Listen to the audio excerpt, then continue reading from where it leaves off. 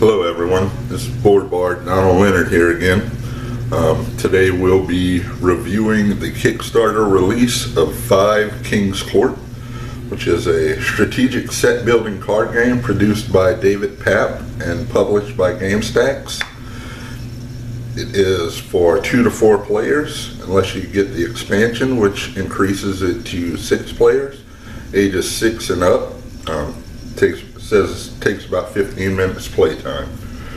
The objective of the game is to fill your King's Court with a card of each type: King, Queen, Rook, Knight, and Bishop.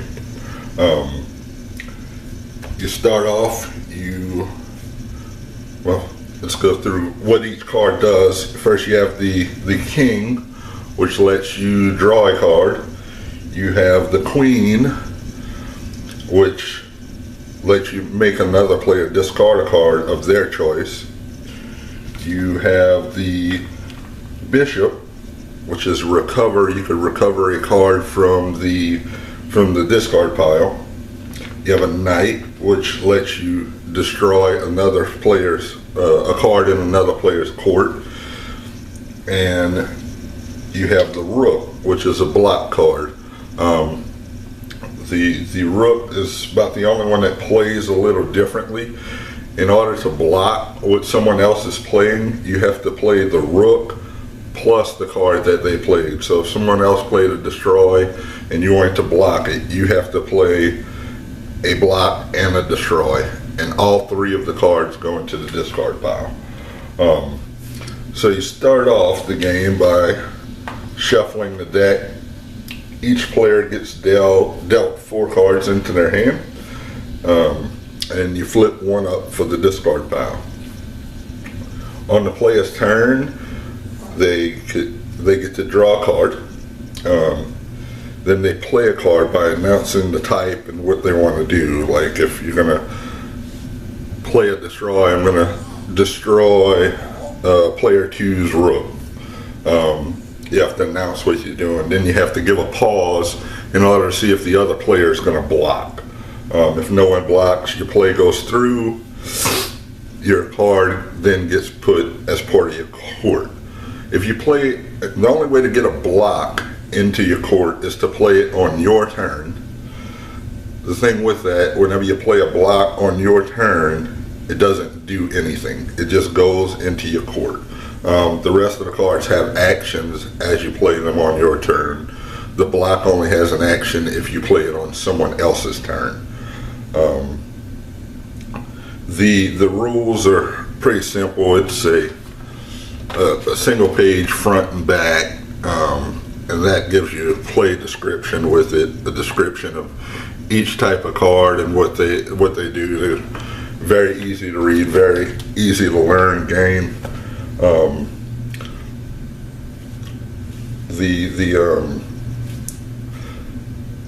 The quality of the cards, they're nice, thick, nice laminate card. I think they're going to last. We've shuffled and played a few times. There's really no distortion to the edges that can be seen yet. We probably played about half a dozen games so far. Looks like the cards are going to hold up pretty well. It's a nice thick box that they're in. Doesn't look like we have to worry about that falling apart anytime soon. The theme of the game, they have, as you can see here, these are all werewolves. Or I guess you'd call them races. I think there's like 11 in the original game. You have a steampunk version, sea creatures, aliens. That might be some sea creatures as well, I'm not sure. You have your regular King's Courts, a couple different varieties of that. We have zombies, aliens, robots, superheroes, cats, and in the expansion pack I think there's 3 more races. You have a Viking race, some Egyptians, and looks like type of totem poles. You see here, Vikings, Egyptians, and mummies. Some totem poles. Me and my wife played this 5 or 6 games of this, and it was fun. We had fun. The first game was kind of slow, learning the rules, seeing what the cards did. After that, we played 5 or 6 in a row. Got a little competitive with each game. You know, can't get a queen out or something. We have to play another game. Like I said, the rules were simple, so we were able to pick it up and play pretty quickly. The cards are nice, shuffling them felt nice, they dealt well, I think they'll hold up. The theme was a bit disappointing. You have the different races that I just showed you, but there's no benefit to matching them. I found myself while we were playing, like, I didn't even notice whether or not I'm playing a werewolf or a sea creature. It didn't matter. It's a draw card. There was a nice balance of luck versus strategy.